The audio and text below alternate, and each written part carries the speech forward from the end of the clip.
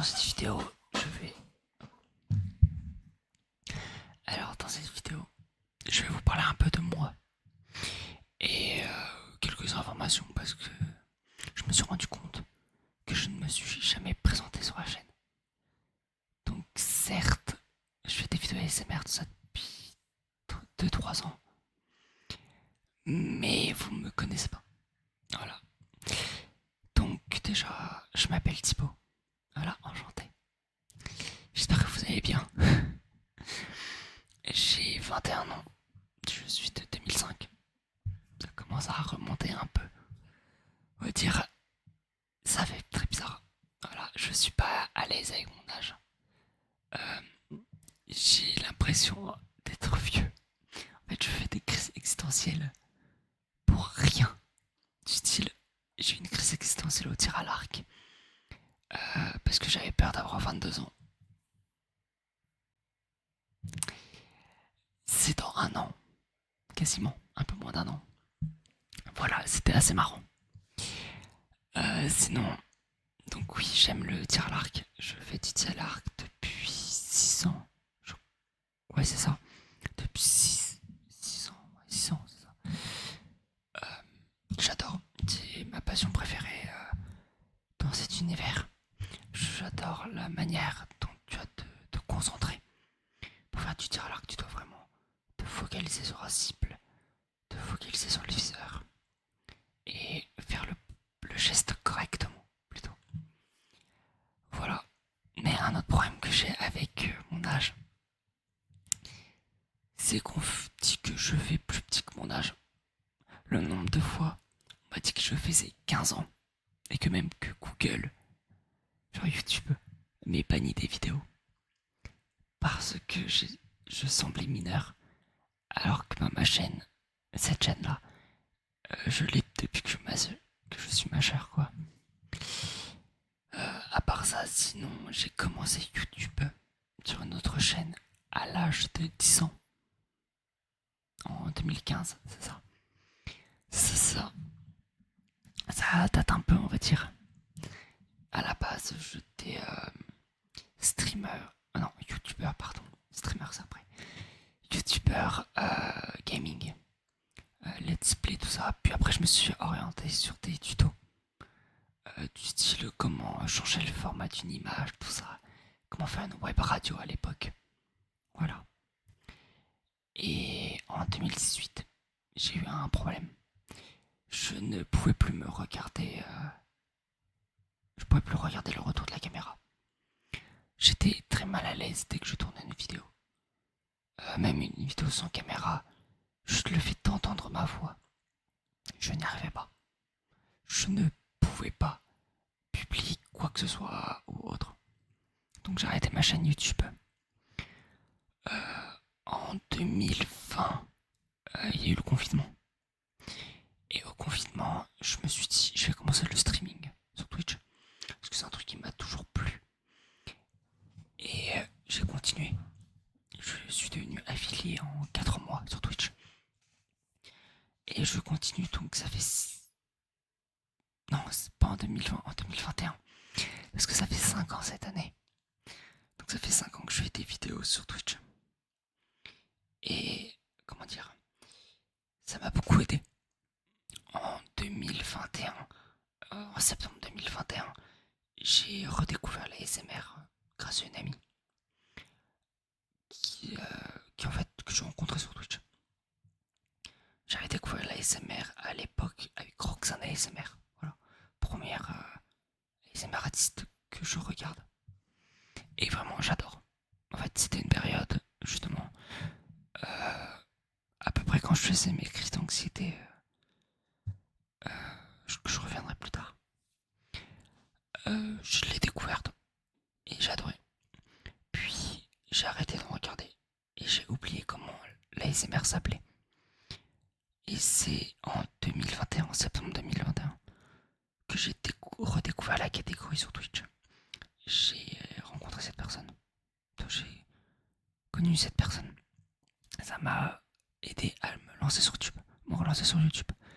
Donc en 2022, je suis revenu sur YouTube avec cette chaîne-là qui s'appelait à l'époque Osium ASMR. Car c'est mon pseudo de base. Voilà. Et 1 an ou 2 ans après, je sais plus, j'ai changé pour Thibaut ASMR. Car je voulais être plus proche de ma communauté et pour moi, la période Osium ASMR, c'est autre chose. En gros, c'est mes vidéos d'avant que j'ai tout supprimé. Enfin, une grande partie a été supprimée. Et j'ai préféré reprendre du début avec, entre guillemets, mon nouveau moi. Et faire des vidéos qui me plaisent. Voilà. Je vous ai un peu parlé de mes crises existentielles et mes crises d'angoisse. J'en fais encore un peu parfois. Et c'est en rapport avec le fait que j'aime pas vieillir. Tout simplement, j'ai une peur terrible de la mort. Voilà. Ce qui fait que depuis l'âge de 8 ans, je fais des crises d'angoisse. Voilà. Mais bref, passons. Enfin, on n'est pas là pour ça. Voilà. À part ça, donc je fais de la création de contenu depuis 2015. Je suis sur cette chaîne-là depuis 2022, si je me souviens bien. Voilà. Qu'est-ce que je peux vous raconter d'autre? Oui, également, le dialogue est l'une de mes passions depuis longtemps. Mais encore plus longtemps, genre la passion qui me passionne depuis encore plus, depuis plus longtemps. Et c'est la physique fondamentale. Je suis un très grand fan de physique depuis que je suis petit. À tel point que je fais des études en physique fondamentale actuellement. Je rentre en master, en première année de master en physique fondamentale, en bonus d'un magistère. Plutôt le magistère est en bonus de mon master. Voilà. Grosso modo, ça consiste à faire beaucoup de théories. La relativité restreinte ou générale, la mécanique quantique, la physique statistique, la physique du solide aussi par exemple. Et également, ce que moi j'adore, c'est la physique subatomique. Voilà. Et en particulier, je sais depuis la 5e, qu'est-ce que je veux faire comme métier. Je veux devenir enseignant-chercheur en physique théorique, spécialisé sur la théorie des cordes. Je vais pas trop rentrer dans les détails parce que j'ai pas envie de vous saouler avec ça, grosso modo. Mais la théorie des cordes est une physique, une théorie qui s'appelle une théorie du tout, car elle essaie de réconcilier, plutôt de concilier la mécanique quantique et la relativité générale ou restreinte. Alors, je connais que de la vulgarisation à son sujet, parce que pour l'instant, je n'ai pas les compétences pour. Mais fin de l'année prochaine, ce sera bon, parce que je fais un magnifique stage en théorie des cordes, normalement si tout se passe bien. J'ai extrêmement hâte. J'avais vu une vulgarisation d'un scientifique, je sais plus son nom, si je m'en rappelle, je vous le mettrai à l'écran. Il disait que une manière de vulgariser de théorie des cordes, c'est que tu prends un orange, tu zoomes sur l'orange, tu as des molécules. Tu zoomes sur les molécules, tu as les atomes. Tu zoomes sur les atomes, tu as les électrons et le noyau. Tu zoomes sur le noyau, tu as protons et électrons. Et si tu zoomes sur un proton ou un électron, à l'intérieur tu as des quarks. Il y a 6 types de quarks: top, bottom, charm, strange, up et down. Voilà. C'est à l'intérieur de ces quarks. Pour l'instant, la physique actuelle ne dit rien. Mais la théorie des cordes dit qu'à l'intérieur des quarks, si on arrive à briser un quark avec beaucoup d'énergie, on trouverait des cordes fermées ou ouvertes qui vibrent à différentes fréquences. Chaque fréquence donne un quark. Chaque combinaison de quarks donne une particule, etc., etc., etc. Donc l'entièreté de notre univers seraient des cordes qui vibrent à différentes fréquences. Voilà. C'est une théorie très importante en physique, en tout cas pour moi. Et il y a pas mal de gens qui travaillent dessus. Ipar travaille aussi sur la théorie M, qui vient en remplacement de la théorie des cordes, car la théorie des cordes basiques nécessite 26 dimensions.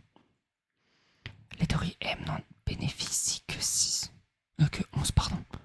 Et les 6, justement, supplémentaires par rapport à notre univers, elles seraient recombinées entre elles, recollées, genre écrabouillées, je sais pas comment le dire, entre elles, ce qui fait qu'on ne les verrait pas. On ne verrait que 4 dimensions, 3 d'espace et une de temps. Voilà. C'est une théorie qui me plaît vraiment beaucoup, parce qu'elle permettrait de résoudre beaucoup de problèmes physiques et de comprendre mieux notre univers. Et je trouve ça vraiment fascinant. Voilà. Euh, Ensuite, alors j'ai pas préparé trop cette vidéo, donc peut-être que je pars un peu dans tous les sens. Également, avant de finir en master, j'ai fait 2 années de classe préparatoire en physique, chimie, PC. Genre PC quoi. Je déteste la chimie. J'ai beaucoup de mal avec la chimie plutôt. C'est plus ça que la détester. Parce que la chimie est incroyable. On peut faire tellement de choses, tout ça. Mais j'ai eu beaucoup de mal à accrocher durant ma prépa. En terminale, les premières, ça allait. En fait, toute ma scolarité, la chimie, ça allait. La prépa m'a fait détester la chimie. Voilà. Malheureusement. Voilà. Et en prépa, alors en deuxième année de prépa, donc c'était il y a 2 ans, j'ai été diagnostiqué TSA. Pour ceux qui ne le savent pas, ça c'est une information que j'ai dû dire une seule fois dans une vidéo qui est supprimée. Donc je me permets d'en reparler là. TSA, ça veut dire trouble du spectre de l'autisme, pardon. Donc grosso modo, je suis autiste. J'ai beaucoup de mal à en parler, très honnêtement. Non pas que ça change quelque chose à moi, vu que je suis toujours la même personne. Je sais pas si vous voyez ce que je veux dire. Donc voilà, j'ai été diagnostiqué il y a 2 ans maintenant. Parce que la prépa a, comment dire, a intensifié les problèmes que j'avais et que j'arrivais à cacher à l'époque. Voilà. Il s'avère que je suis suivi médicalement depuis l'âge de mes 2 ans pour différents problèmes chez différents spécialistes, que ce soit des psys, neuropsy, des, des orthophonistes, des ergothérapeutes, entre autres. Parce que je suis, et là la liste risque d'être un peu longue, je suis dyslexique, dysgraphique, dysorthographique, dyscalculique, trouble du spectre de l'autisme et trouble de l'attention sans hyperactivité. Voilà. J'ai autant de problèmes que de quarks. Je dis problème, mais c'en est pas. J'ai réussi à trouver des mécanismes pour permettre de réussir. Ce qui est cool. Je voulais en parler parce que là je rentre en master et il y a beaucoup de monde qui disent que c'est compliqué avec les problèmes, avec tous ces troubles, de faire de longues études. Et je suis totalement d'accord avec ça. C'est pas facile. Mais pour dire que ce n'est pas impossible, justement. On peut y arriver. C'est pas facile. Ça ne le sera jamais. Mais grosso modo, c'est. Voilà, c'est possible. C'était pas prévu en fait que j'en parle de cette manière-là ou quoi que ce soit. Donc je suis pas hyper à l'aise, mais voilà. Je sais pas sur quoi je pourrais enchaîner sur moi. J'adore donc l'ASMR. Je dirais que mon trigger préféré, c'est le nettoyage d'oreilles. C'est assez rare, Et c'est un truc qui me déclenche beaucoup de frissons dans la vie de tous les jours. Enfin, quand je le faisais. À une époque, je me lavais les oreilles avec un coton-tige avant de savoir qu'il ne faut pas faire ça. Et en fait, cette sensation, j'arrive pas à la retrouver.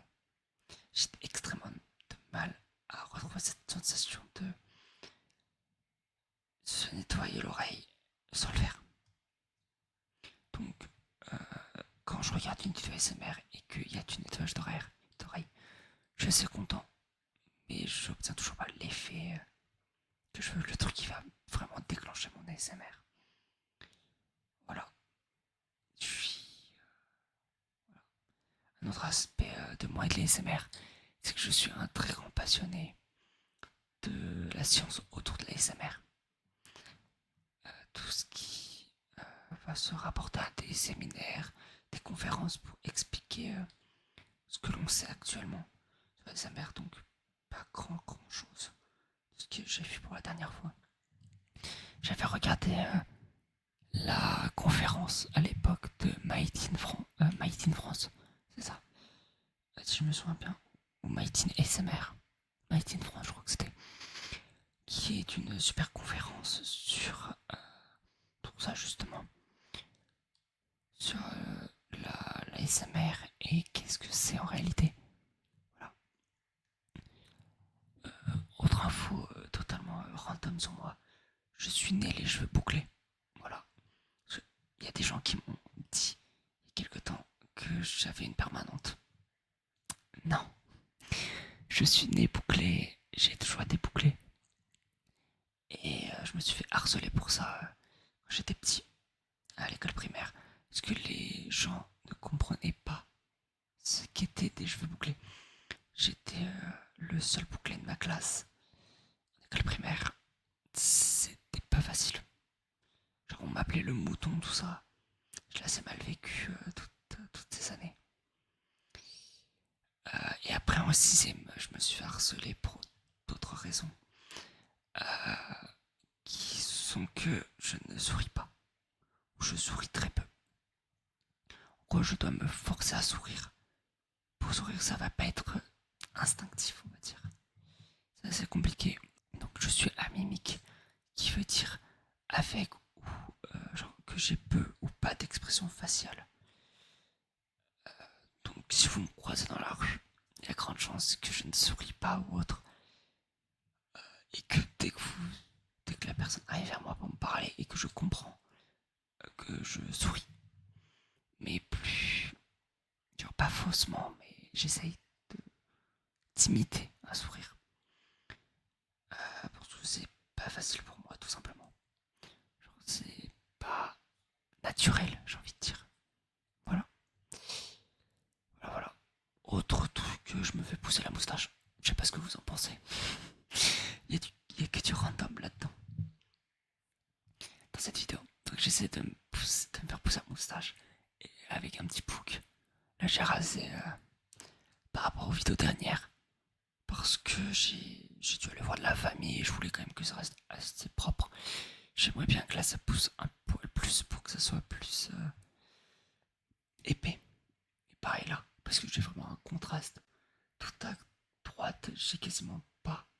Et là on commence à voir un peu. Voilà, c'est assez asymétrique on va dire. Je pense que je vous ai assez raconté ma vie. Si vous avez d'autres questions, plutôt si vous avez des questions, surtout n'hésitez pas. Moi, je vous dis à très très bientôt. Faites de bref, reposez-vous bien et surtout, n'oubliez pas,